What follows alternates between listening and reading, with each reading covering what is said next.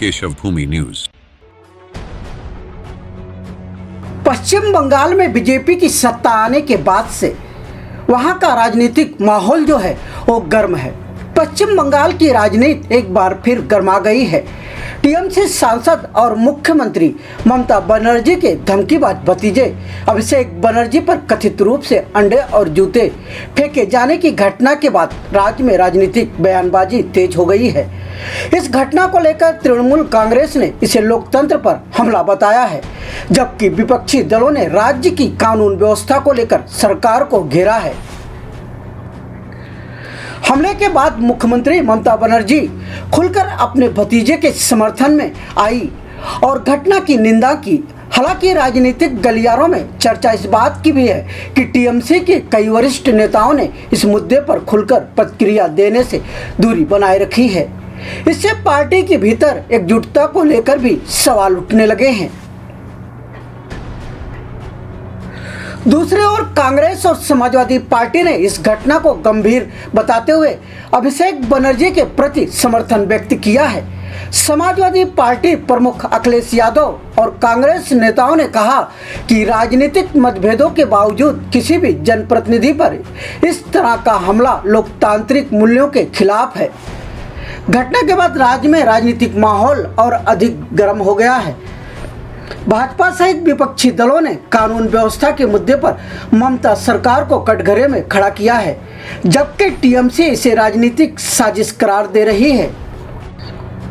राजनीतिक विश्लेषकों का मानना है कि आगामी चुनावी समीकरण के बीच यह घटना बंगाल की राजनीति में नए विवाद और आरोप प्रत्यारोप को जन्म दे सकती है। फिलहाल इस मामले को लेकर सत्ता और विपक्ष आमने सामने है और राज्य की राजनीति में बयानबाजी का दौर जारी है।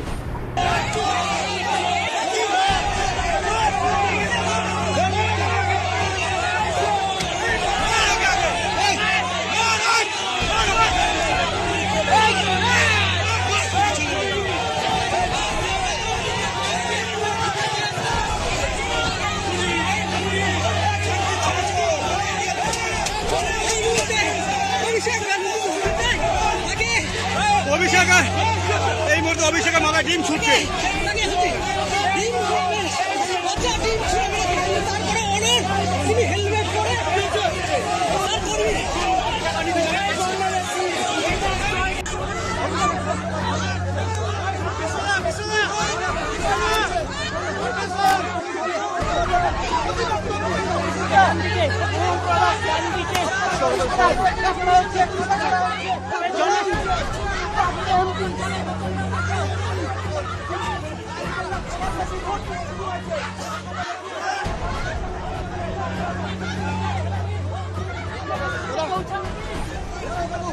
এই অবস্থা বাদিকে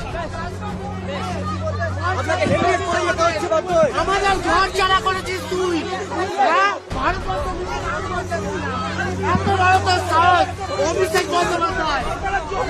আপনাকে হেলমেট পরে টিভি ছোড়া হচ্ছে, গায়ে হাত ধরে হচ্ছে, টিভি ছোড়া হচ্ছে। তোর সময় হয়ে হরিণের সরে দিন। দাদা আমাদের এমপি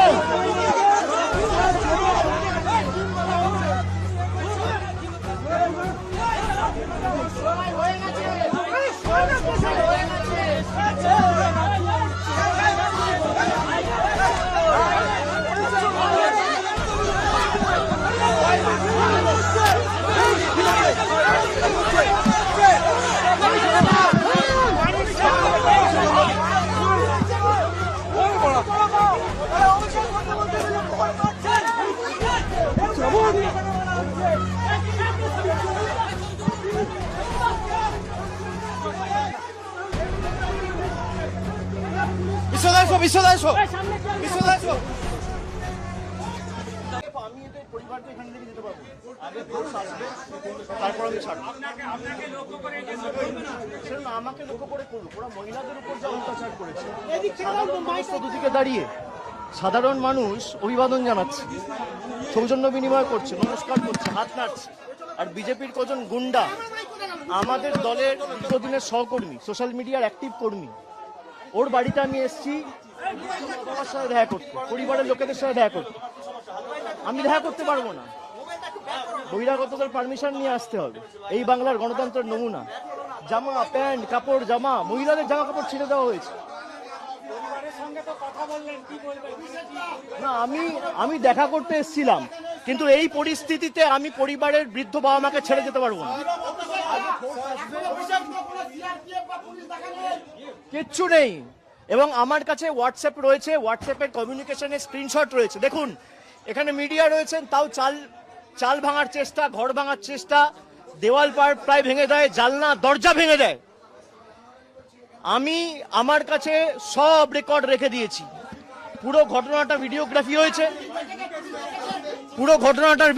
হয়েছে।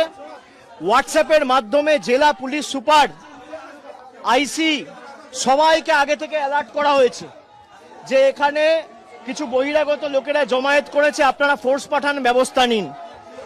একজন পুলিশের প্রতিনিধি নেই, একজন। আমরা ভয় পাওয়ার লোক নই। সিপিএম এর 34 বছরের অপশাসনের কাছে তৃণমূলের কর্মীরা মাথা নত করেনি।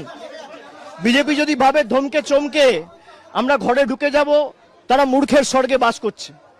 কিন্তু যে পরিস্থিতি আজকে এরা তৈরি করেছে, আমার মনে হয় সিপিএম এর বা ওই মধ্যযুগের বর্বরতাও এদের কাছে লজ্জা পাবে।